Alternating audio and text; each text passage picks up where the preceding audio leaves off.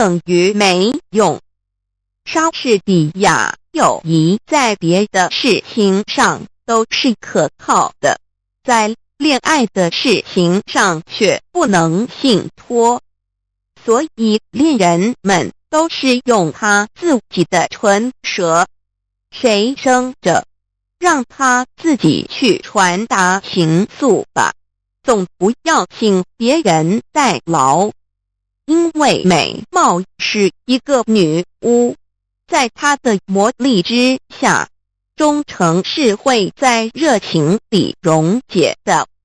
莎士比亚世间的任何事物，追求时候的兴致总要比享用时候的兴致浓烈。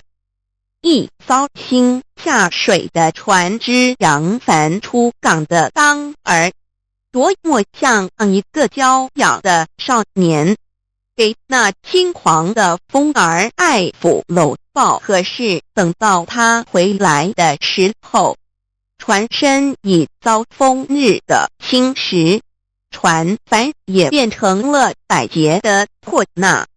他有多么像一个落魄的浪子，给那轻狂的风儿肆意欺凌。莎士比亚真理是永远蒙蔽不了的。